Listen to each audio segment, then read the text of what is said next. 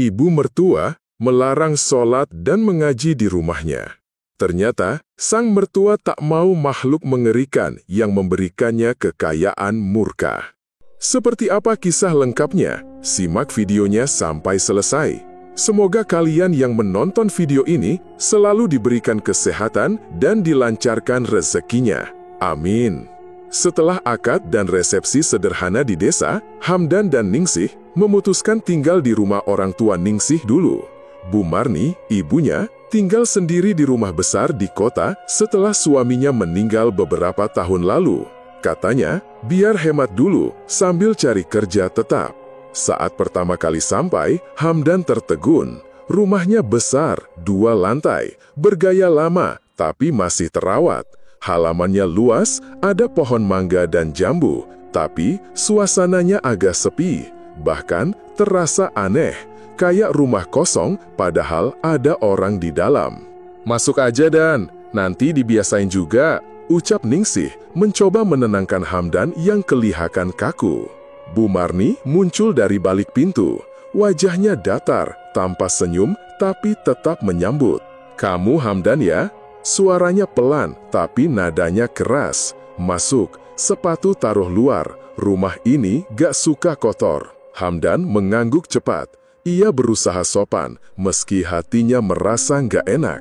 Ia memang baru pertama kali ketemu mertua setelah menikah, dan sambutannya dingin banget.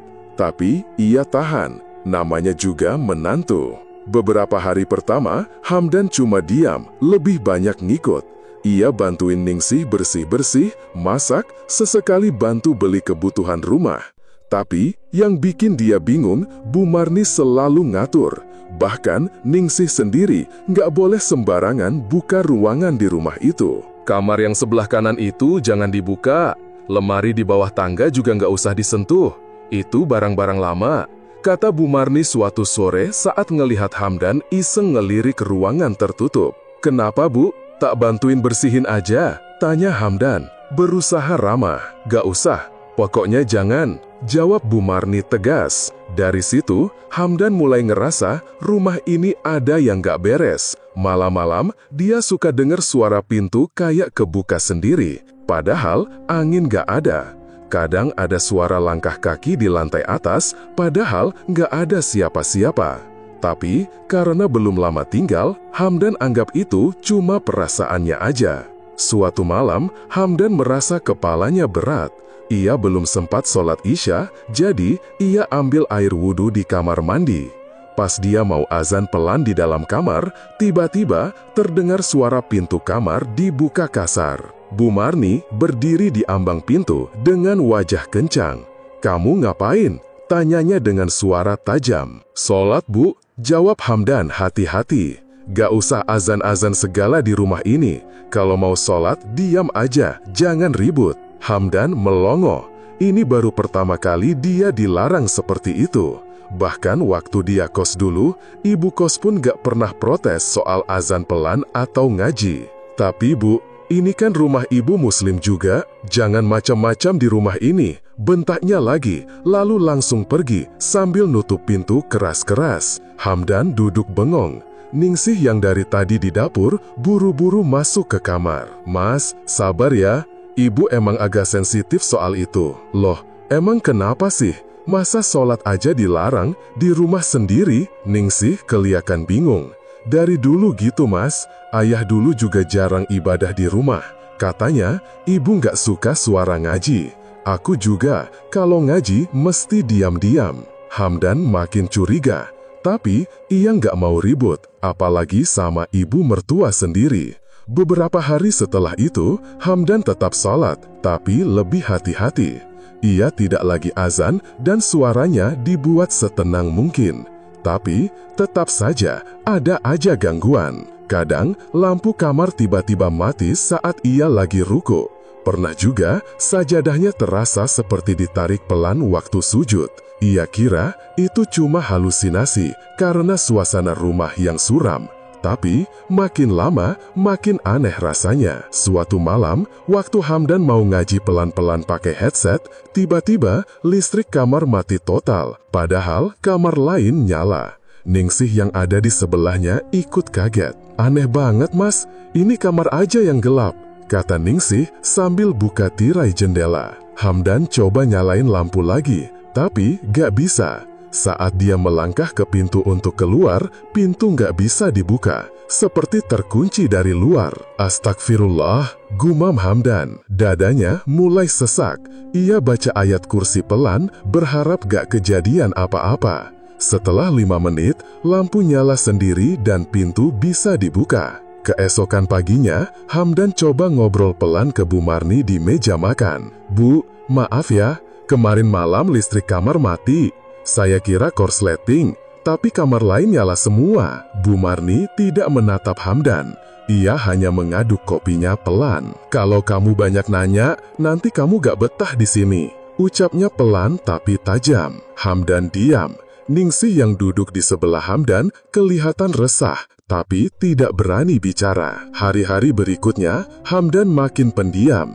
Ia merasa seperti jadi tamu di rumah sendiri. Setiap langkahnya terasa diawasi. Bahkan, kalau bicara agak keras dengan Ningsih pun, Bu Marni bisa langsung muncul entah dari mana dengan ekspresi tak suka. Tapi, Hamdan mulai memperhatikan satu hal. Setiap malam Jumat, Bu Marni selalu naik ke lantai 2 setelah maghrib dan gak turun-turun sampai pagi. Ia bawa semacam kotak hitam kecil yang selalu digenggam erat. Hamdan tanya ke Ningsih soal itu. Tapi, Ningsih bilang, sejak kecil, ibunya memang suka menyendiri malam Jumat. "Dulu waktu kecil aku pernah ngintip, Mas. Ibu duduk di lantai kamar atas, lampu mati, cuma nyala lilin, kayak orang baca mantra," ujar Ningsih lirih. Hamdan terdiam. Perasaannya makin gak enak. Malam-malam berikutnya, ia mulai memperhatikan suara dari loteng rumah. Kadang seperti suara langkah kaki berat, kadang seperti desahan panjang. Tapi yang paling mengganggu, suara gerakan barang dari arah loteng, seolah ada yang tinggal di atas sana. Ia merasa ada sesuatu yang disembunyikan di rumah itu. Dan mungkin Bu Marni memang sengaja tidak mau ada yang beribadah di dalam rumah, karena bisa mengusik sesuatu yang tak kelihatan. Sudah 2 minggu Hamdan tinggal di rumah Bu Marni, tapi perasaannya malah makin gak tenang. Ia tetap beribadah, tapi semua harus sembunyi-sembunyi. Kalau siang, ia pura-pura ke warung belakang komplek, lalu numpang sholat di masjid kecil. Kalau malam, ia sholat di kamar dengan lampu redup dan suara pelan. Tapi semakin Hamdan berusaha menjalankan ibadah, semakin sering juga gangguan yang datang. Pernah suatu malam, saat Hamdan sedang sujud, terdengar bisikan pelan di dekat telinganya. Suara itu nggak jelas, seperti gumaman, tapi nadanya menyeramkan. Ia langsung bangun dari sujud dan tengok kanan kiri, tapi Ningsih lagi tidur pulas, gak ada siapa-siapa. Lain waktu, sajadah yang dia bentangkan tiba-tiba melipat sendiri saat baru selesai takbiratul ihram. Hamdan terdiam, bulu kuduknya berdiri. Tapi ia tetap lanjut sholat, walau hatinya was-was. Ia nggak pernah cerita soal ini ke Ningsih. Ia tahu istrinya juga mulai merasa terganggu, tapi sama seperti dirinya, lebih memilih diam. Sampai suatu malam, Hamdan merasa dadanya sesak dan gak bisa tidur. Akhirnya ia ambil Al-Quran kecil yang selalu ia simpan di laci meja. Ia niatkan untuk membaca surat-surat pendek, berharap hatinya tenang. Baru beberapa ayat ia baca, tiba-tiba, brak. Pintu kamar terbuka sendiri, keras. Angin dingin masuk, dan Al-Quran yang ia pegang langsung terlepas dari tangannya.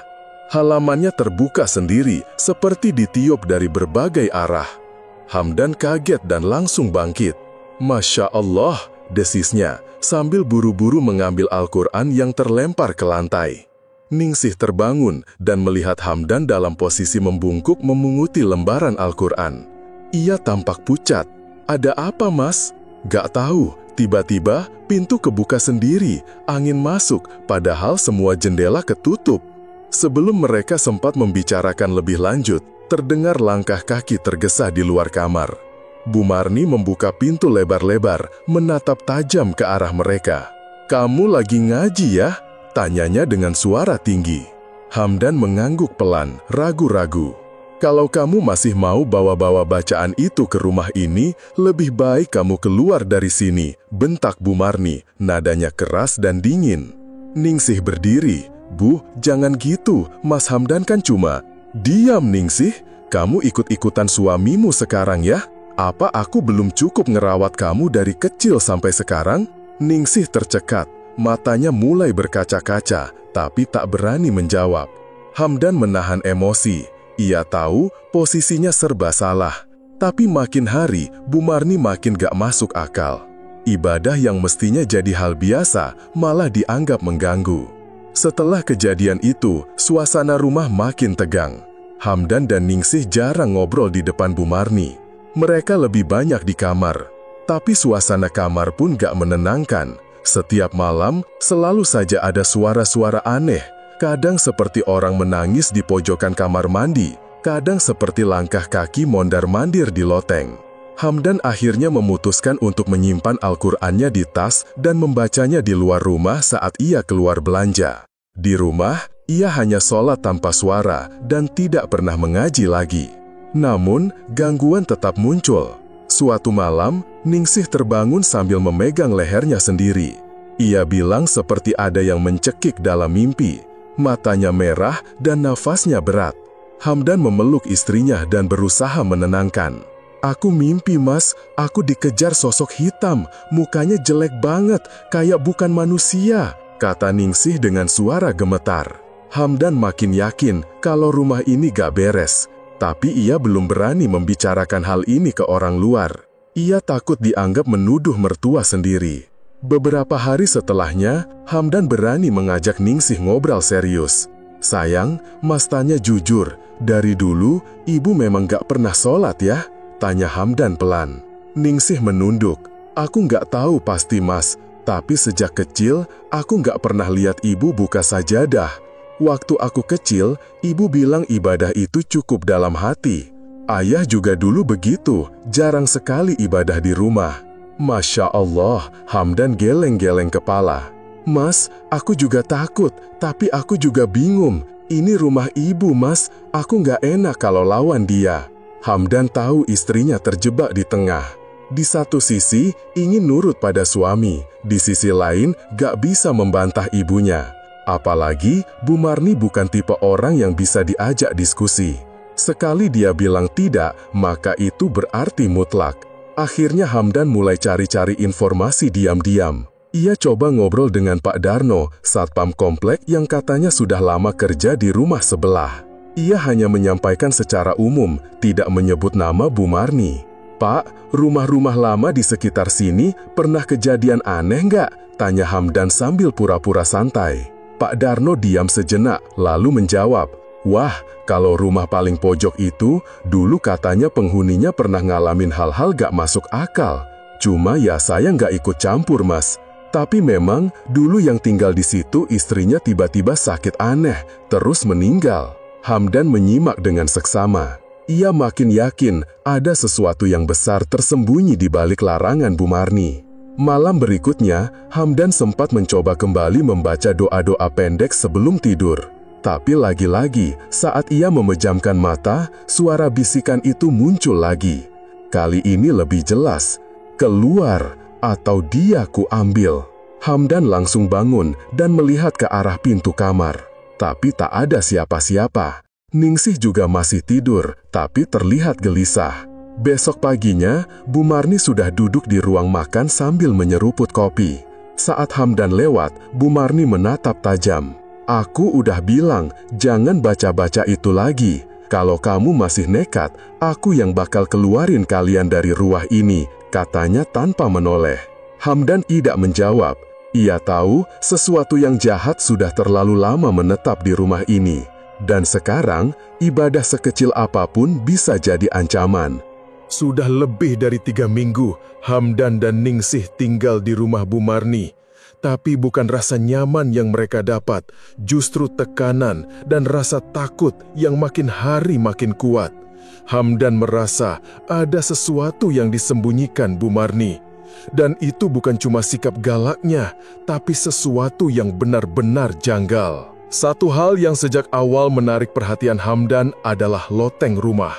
Tangga menuju loteng tertutup rapat, pintu kayunya selalu terkunci. Hamdan pernah iseng mencoba memutar gagangnya, tapi terkunci kuat.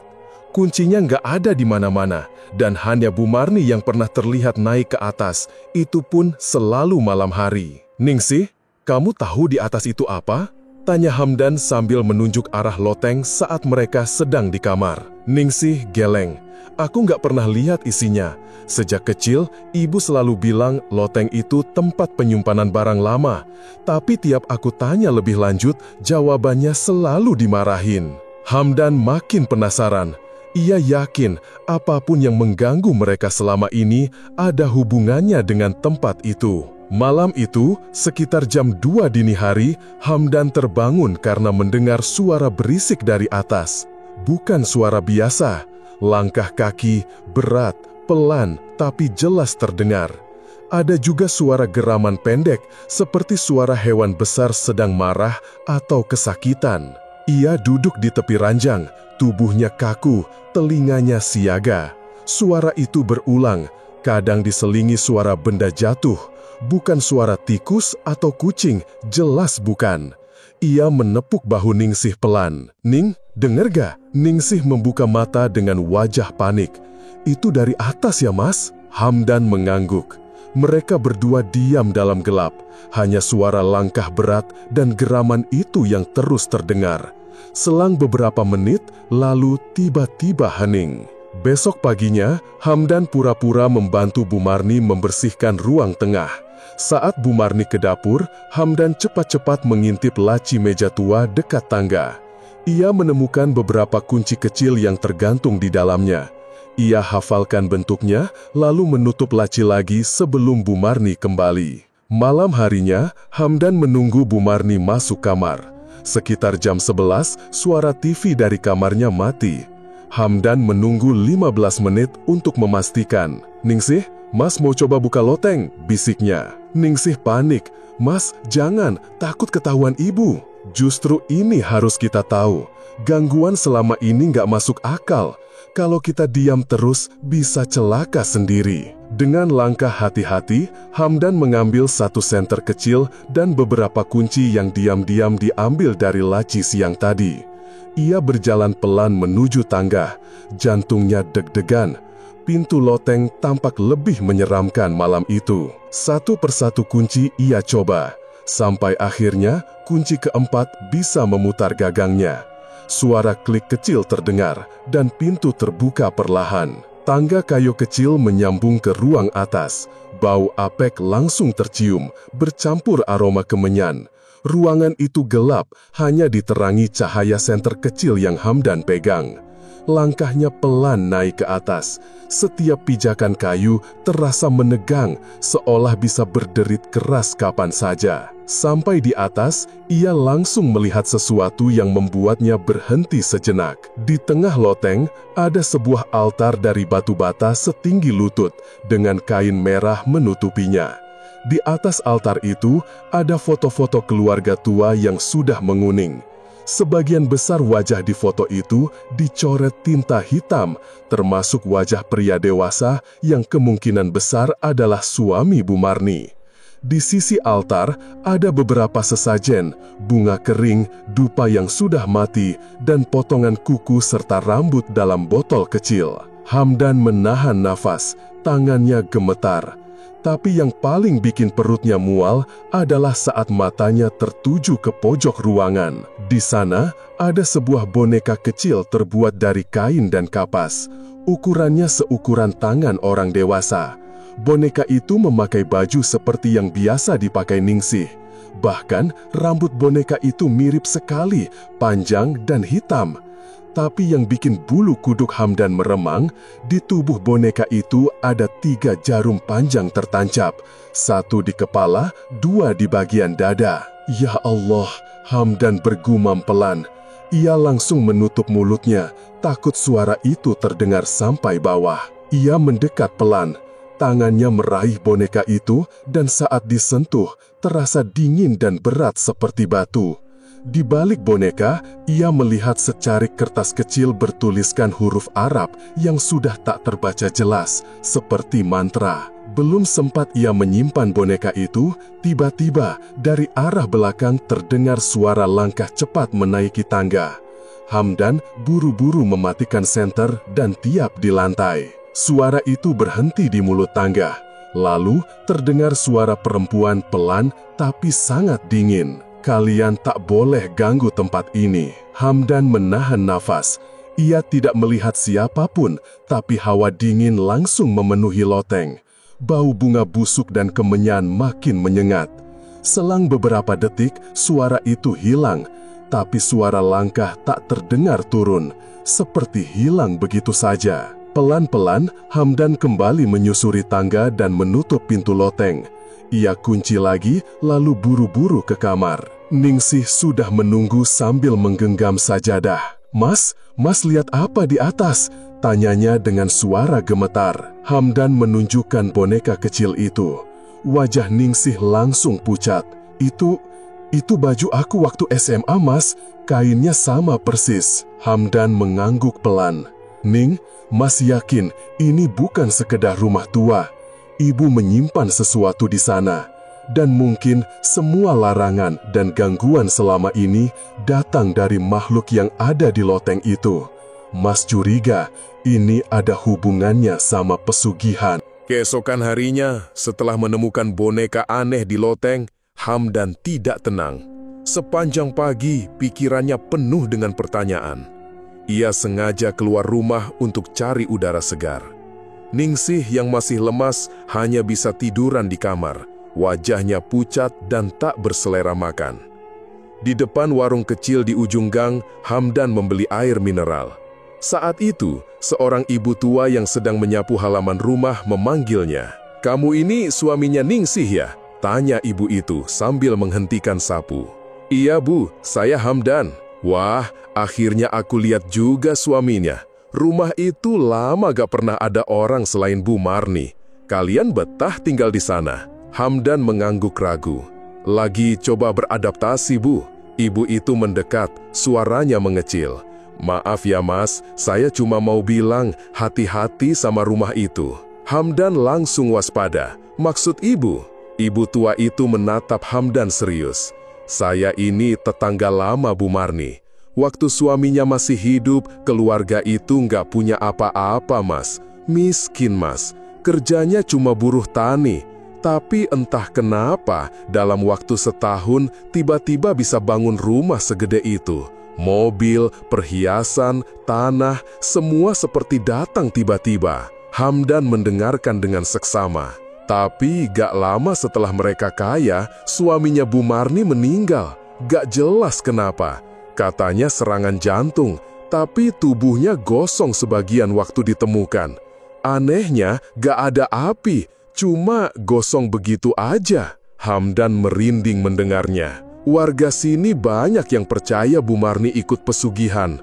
Apalagi rumah itu sejak dulu orang-orang gak berani deket-deket, apalagi malam. Ada yang pernah lihat bayangan tinggi gede di jendela lantai atas. "Makhluk hitam?" tanya Hamdan cepat. Ibu itu terdiam sesaat, lalu mengangguk pelan. "Kayak raksasa. Tapi mukanya gelap gak kelihatan." Hamdan mengucapkan terima kasih, lalu buru-buru pulang. Sepanjang jalan, pikirannya makin kacau. Semua cerita itu cocok dengan kejadian yang dia dan Ningsih alami akhir-akhir ini. Begitu masuk rumah, ia langsung ke kamar. Ningsih masih terbaring. Wajahnya pucat, matanya sayu. "Mas, tadi aku mimpi lagi." Suara Ningsih lemah. "Mimpi apa?" Ningsih menarik napas pelan. "Aku ada di ruangan gelap, terus ada makhluk tinggi besar datang ke arahku. Mukanya hitam, matanya merah. Dia bilang, 'Kamu harus ikut sekarang. Janji sudah dibuat.'" Hamdan duduk di samping ranjang. Tangannya menggenggam tangan istrinya yang dingin. "Itu udah mimpi yang keempat kali dalam seminggu, Mas. Dan tiap bangun, badanku makin lemas." Hamdan benar-benar bingung. Ia tahu ini bukan penyakit biasa. Dokter sudah sempat memeriksa, Katanya Ningsih hanya kecapean dan kurang darah, tapi tubuh istrinya makin hari makin kurus. Di malam hari, Hamdan duduk di ruang tengah sendirian. Ia memperhatikan sekeliling rumah. Ruangan yang mewah tapi dingin dan menakutkan. Di atas, loteng itu masih terkunci. Dan ia yakin makhluk yang mengganggu Ningsih berasal dari sana. Tiba-tiba, terdengar suara kursi bergeser dari dapur. Hamdan langsung berdiri. Ia berjalan pelan ke arah dapur. Tapi begitu sampai, tak ada siapa-siapa. Lampu menyala seperti biasa. Tapi bau kemenyan samar tercium di udara. Hamdan kembali ke kamar. Ia mulai berpikir untuk mencari bantuan. Tapi belum tahu ke siapa. Besoknya, ia kembali bicara dengan ibu tua tetangga tadi. Ia bertanya apakah pernah ada orang yang tahu pasti tentang ritual Bu Marni. Ibu itu bilang, ada satu orang yang dulu dekat sama keluarga Bu Marni, namanya Pak Wiryo, tapi udah pindah lama. Dia dulu yang pertama kali bilang kalau keluarga itu berubah setelah pergi ke Gunung Kawi selama seminggu. Hamdan terkejut. Gunung Kawi terkenal sebagai tempat pesugihan. Pak Wiryo sekarang tinggal di desa sebelah. Kalau Mas mau, saya bisa kasih alamat anaknya. Hamdan mencatat alamat itu. Ia berencana ke sana secepatnya, berharap bisa menemukan jawaban. Sementara itu, kondisi Ningsih makin menurun. Ia mulai susah tidur, sering meracau di malam hari. Kadang tiba-tiba menjerit sambil bilang, "Jangan tarik aku nggak mau ikut." Mata terbuka tapi tak sadar. Bu Marni hanya berkata singkat, "Udah kubilang jangan sembarangan ibadah di rumah ini. Rumah ini punya aturan." Hamdan menahan marah. Ia tahu ini bukan lagi soal izin atau aturan rumah, tapi ada sesuatu yang jauh lebih menyeramkan. Dan ia harus buru-buru menemukan cara untuk menyelamatkan Ningsih sebelum semuanya terlambat. Hamdan tidak bisa tinggal diam. Setelah melihat kondisi Ningsih makin parah dan mendengar kesaksian dari tetangga soal masa lalu Bu Marni, ia sadar waktunya sudah hampir habis. Ia harus bergerak cepat. Maka malam itu juga Hamdan menghubungi seorang ustadz bernama Ustadz Dedi, seorang peruqyah yang pernah direkomendasikan temannya dulu. "Besok malam saya ke sana Mas Hamdan. Jangan bilang siapa-siapa, biar semua berjalan tenang dulu," kata Ustadz Dedi lewat telepon. Hamdan mengiyakan. Ia tahu kalau Bu Marni sampai tahu, pasti akan menghalangi. Keesokan harinya, Hamdan bersikap seperti biasa. Ia tetap bersikap sopan kepada Bu Marni dan mengajak Ningsih istirahat terus di kamar. Tapi sore itu, ia memastikan semua pintu dan jendela tidak terkunci dari luar agar Ustadz Dedi bisa masuk dengan mudah saat malam tiba. Jam 9 malam, Ustadz Dedi datang tanpa suara, hanya membawa tas kecil dan air dalam botol plastik. Ia mengenakan baju koko putih dan kopiah hitam. "Langsung ke kamar aja Ustadz, Ningsih udah nunggu di dalam," bisik Hamdan sambil membukakan pintu belakang. Begitu masuk kamar, Ustadz Dedi langsung menatap Ningsih yang masih berbaring. Wajahnya semakin pucat dan matanya seperti tidak fokus, nafasnya pun berat. "Ini udah lama Mas," kata Ustadz Dedi sambil duduk di lantai. "Insya Allah kita coba, tapi harus siap apapun yang terjadi." Hamdan mengangguk cepat. "Saya siap Ustadz." Tanpa banyak bicara, Ustadz Dedi mulai membacakan ayat-ayat ruqyah. Suaranya lantang tapi tenang. Suasana kamar mulai berubah. Angin dingin tiba-tiba masuk dari celah bawah pintu meski semua tertutup rapat. Tirai jendela berkibar pelan dan lampu kamar sempat redup sesaat. Saat ayat-ayat Al-Quran terus dibacakan, tubuh Ningsih mulai bergerak tak terkendali. Tangan dan kakinya kejang-kejang, matanya terbuka lebar, tapi tidak berkedip. "Mas Hamdan, pegangin istrinya, jangan sampai dia cedera," kata Ustadz Dedi tegas. Hamdan menahan tubuh Ningsih yang makin liar. Ustadz Dedi melanjutkan bacaan dengan lebih keras. Saat itulah tiba-tiba terdengar bunyi keras dari loteng, seperti ada lemari jatuh. Selang beberapa detik, seluruh rumah bergetar seolah ada gempa kecil. Lampu mulai kedip-kedip, pintu kamar tertutup sendiri dengan suara keras, blak, dan angin dingin menyambar masuk. Lalu terdengar suara-suara aneh, suara bisikan, tangisan, dan tawa cekikan dari berbagai arah. Suara itu bukan dari manusia, bahkan Hamdan bisa merasakan dadanya ditekan kuat. Tiba-tiba, dari ruang tengah terdengar suara wanita menjerit kencang. "Kalian akan menghancurkan semua yang kubangun!" Hamdan langsung tahu itu suara Bu Marni. Ia berlari keluar kamar dan melihat Bu Marni berdiri di depan altar kecil yang biasanya ditutup lemari. Wajahnya berubah, matanya melotot, mulutnya menggeram, dan tangannya mengepal kuat seperti siap menyerang. "Pergi, ini rumahku, kalian gak tahu apa yang kalian ganggu." Bu Marni berteriak keras, tapi suaranya berat seperti suara dua orang bersamaan. Ustadz Dedi keluar kamar sambil terus membaca ayat-ayat suci. Ia menyiramkan air ruqyah ke arah Bu Marni. Tubuh wanita itu langsung tersentak lalu jatuh terduduk. Tapi dari loteng terdengar suara gemuruh yang makin keras, seperti ada sesuatu yang merobek-robek kayu dan melompat ke bawah. Lalu makhluk itu muncul. Bayangan besar dengan tinggi hampir menyentuh langit-langit rumah, tiba-tiba berdiri di ruang tengah. Wujudnya hitam legam, tanpa wajah, tapi aura kehadirannya membuat Hamdan tak bisa bergerak. Tubuhnya seperti diselimuti asap pekat. Tangan panjangnya menggantung sampai ke lantai. Dari tubuhnya keluar suara dengusan kasar seperti hewan buas yang sedang marah. Ustadz Dedi tetap berdiri tegak. "Bismillahirrahmanirrahim. Aku berlindung kepada Allah dari godaan setan yang terkutuk," katanya sambil menyiramkan air ruqyah ke arah makhluk itu. Makhluk tersebut menggeram keras, getaran lantai makin terasa. Salah satu kursi di ruang tengah terangkat sendiri, lalu dilempar ke arah Ustadz Dedi.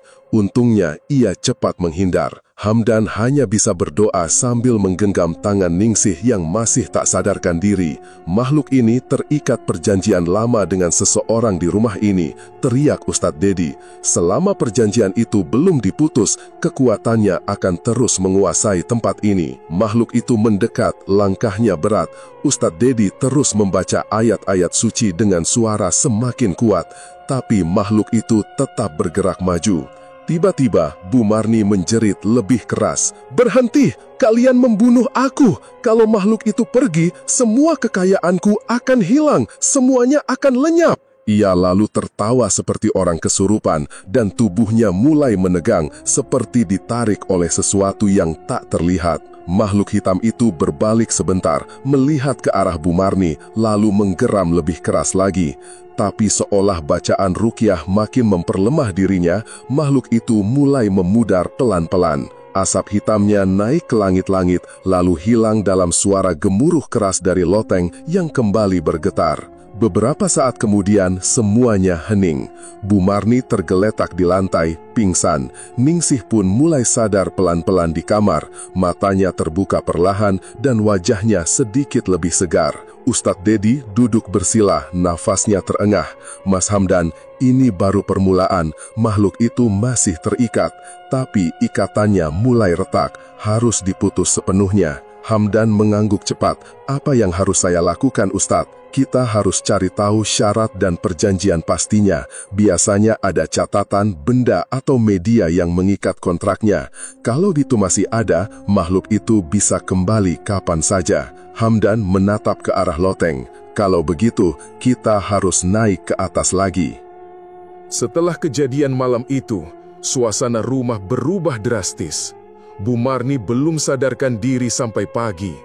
Ustadz Dedi menyarankan agar mereka menunggu Bu Marni sadar agar bisa bicara langsung. Ia yakin hanya Bu Marni yang tahu cara memutus perjanjian itu. Pagi harinya, Bu Marni terbangun dengan wajah pucat dan mata sayu. Tubuhnya lemah dan ia hanya bisa terduduk di kursi dekat dapur. Hamdan dan Ningsih duduk tak jauh darinya. Ustadz Dedi ikut menemani dengan tatapan tajam tapi tenang. "Bu, sudah saatnya ibu jujur," kata Ustadz Dedi pelan. Kalau tidak, makhluk itu akan kembali. Dan kali ini mungkin bukan hanya merusak rumah. Bu Marni terdiam lama, bibirnya gemetar, pandangannya kosong seperti orang yang sudah kehilangan arah. Aku cuma mau anakku hidup enak, gumamnya akhirnya. Aku cuma mau Ningsih nggak sengsara kayak aku dulu. Ningsih langsung menunduk. Ibu, maksudnya apa? Bu Marni menghela napas berat. Lalu ia mulai cerita. Dulu, sebelum mereka tinggal di rumah besar ini, hidupnya sangat susah. Suaminya hanya buruh tani, penghasilan pas-pasan. Mereka pernah tinggal di rumah kontrakan reot, makan pun kadang cuma pakai garam. Saat Ningsih masih kecil, Bu Marni merasa sangat tertekan. Ia merasa dunia tidak adil. Sampai suatu malam, lanjut Bu Marni, aku didatangi seseorang, perempuan tua, mukanya aneh, matanya hitam semua. Dia bilang, bisa bantu aku. Katanya, aku bisa punya apapun yang aku mau, asal sanggup bayar harganya. Hamdan menatap tajam. Ibu, terima tawarannya. Bu Marni mengangguk pelan. Aku ikuti semua syaratnya. Aku disuruh mandi kembang di sungai jam 2 pagi. Puasa mutih 7 hari, lalu ke hutan buat nyembelih ayam hitam. Setelah itu, semuanya berubah. Ia bercerita, tak lama setelah ritual itu, suaminya kecelakaan. Mati mengenaskan, katanya, tertimpa pohon, tapi tak ada saksi mata. Sejak kematian suaminya, tiba-tiba banyak orang datang menawarkan bisnis. Uang mengalir deras, rumah besar ini pun dibelinya secara tunai. Tapi, itu nggak gratis, kata Bu Marni dengan suara rendah. Aku dikasih syarat, gak boleh ada ibadah di rumah ini, gak boleh ada ayat suci, dan yang paling penting, anak perempuanku gak boleh nikah sama orang yang taat agama. Hamdan tercekat. Ia mulai mengerti kenapa sejak awal Bu Marni begitu menentangnya.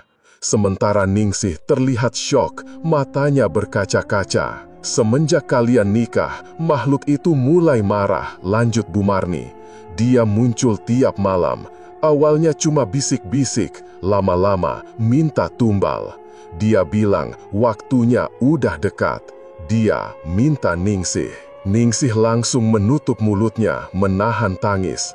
Hamdan berdiri dan menatap Bu Marni tajam. Dan ibu, biarin semua ini terus terjadi? Aku gak punya pilihan, teriak Bu Marni. Kalau aku tolak, semua ini hilang. Rumah ini, bisnis, uang, semuanya lenyap. Lebih baik semua itu hilang daripada anak ibu dikorbankan, kata Ustadz Dedi tegas. Harta bisa dicari, tapi nyawa nggak bisa dibeli. Bu Marni terdiam, ia menggigit bibir seperti menyesal, tapi juga takut. Melihat kondisi makin parah, Hamdan memutuskan membawa Ningsih keluar dari rumah itu malam itu juga. Tapi saat mereka hendak pergi lewat pintu belakang, pintunya terkunci rapat. Bukan pakai kunci biasa, melainkan seperti dilem dengan sesuatu yang tak terlihat. Bahkan engselnya pun tak bergerak, meski sudah dipukul pakai kayu. Pintunya nggak bisa dibuka, Dan! Teriak Ningsih panik. Hamdan mencoba lewat jendela, tapi sama saja. Semua jendela terkunci dari dalam dan tak bisa dibongkar. Saat mereka berlari ke lantai 2, mendadak lorong-lorong rumah seperti berubah bentuk. Setiap belokan membawa mereka kembali ke tempat yang sama. Ini rumah atau labirin? Tanya Hamdan dengan napas memburu. Ustadz Dedi yang ikut berlari mulai membaca ayat-ayat ruqyah lagi.